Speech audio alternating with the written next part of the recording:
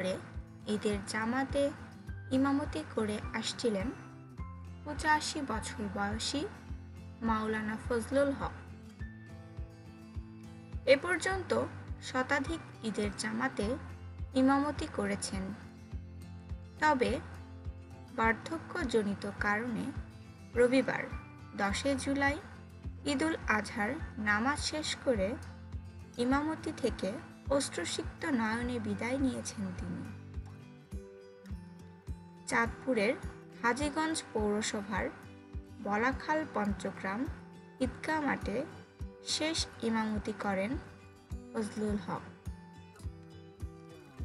এ সময় ওই ঈদগাহে নামাজ আদায়কারী মুসল্লিদের অনেককেই ফজলুল হকের জন্য চোখের পানি ফেলতে দেখা গেছে।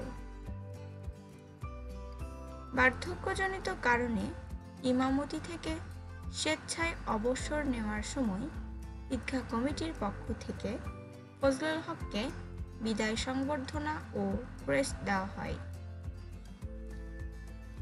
কর্মজীবনে হাজীগঞ্জ উপজেলার নওহাটা ফাজিল মাদ্রাসার শিক্ষকতা করেছেন মাওলানা ফজলুল হক।